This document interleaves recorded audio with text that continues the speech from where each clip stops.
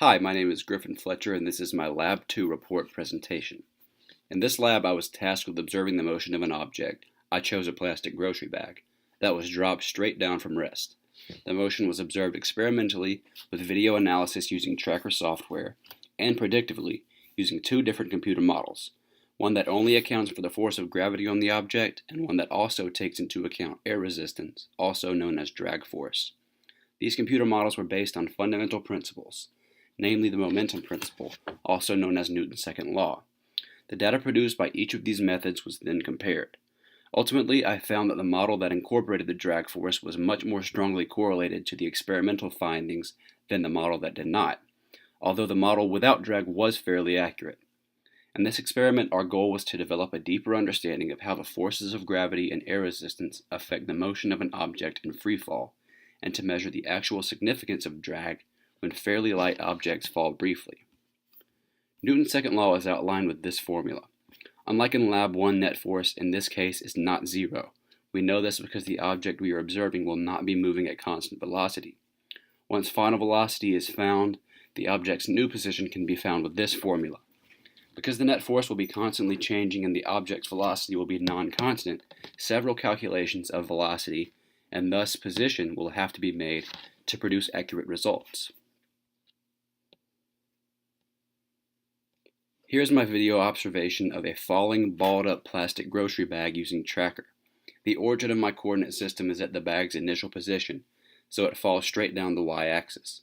Here you can see the points of the bag's y position as a function of time, which are plotted on this graph. Here are a few important data points generated by the analysis of the video of the bag falling. In this case, it isn't necessary to make any calculations with this data to set up a computer model of the situation. Next, I will discuss the predictive data produced by a GlowScript computer program model of the bag falling straight down. Here's an image of some of the code used to model the bag's motion. The initial conditions are the same as those in the experimental observations. This value can be disregarded for now, as the first model doesn't account for drag. Notice that the time step in the computer model is much smaller than that generated by the video analysis. In the calculation loop, notice that the calculation of net force only includes the weight force. Here are Python code representations of Newton's second law and the position formula, respectively. Here's a graphical comparison of the y position versus time data generated by my experimental and predictive findings. As you can see, position data early in the two experiments is nearly the same, but as time goes on, a discrepancy emerges and only gets larger. Also, the experimental data is much more linear than the model data. Could this be because in real life the bag reaches a constant terminal velocity? Here's the code that includes drag force. The proportionality constant was calculated by matching the final position of the code with the final position in the video findings. Here is where the drag force is calculated.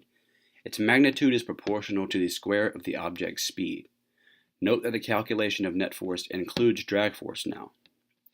Here's the same plot from before, with the data from the model with drag force added in orange. Obviously, the drag force model is extremely similar to the actual findings from the video. There is slight temporary discrepancy.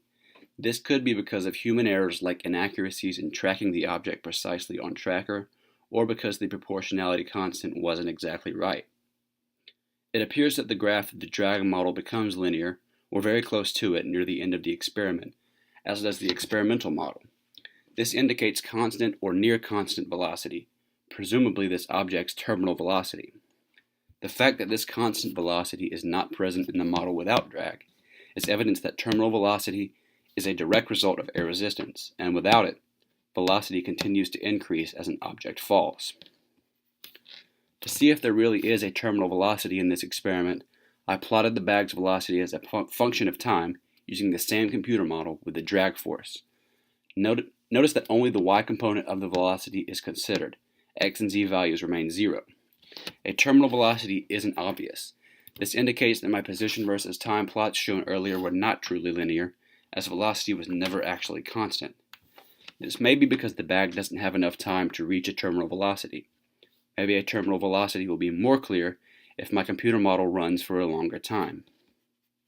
Here's a plot of the velocity versus time of the same computer model, but this one simulates a 1 second fall.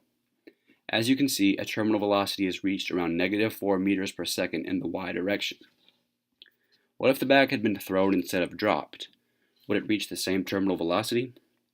This plot is of the velocity versus time of the same computer model, simulating a 1-second fall, but this time the initial velocity is -1 meters per second in the y direction, as if the bag were thrown straight down instead of dropped from rest. As you can see, although the initial velocity is different, the model still reaches the same terminal velocity, around 4 meters per second in the y direction. Apparently, initial velocity has no effect on an object's terminal velocity.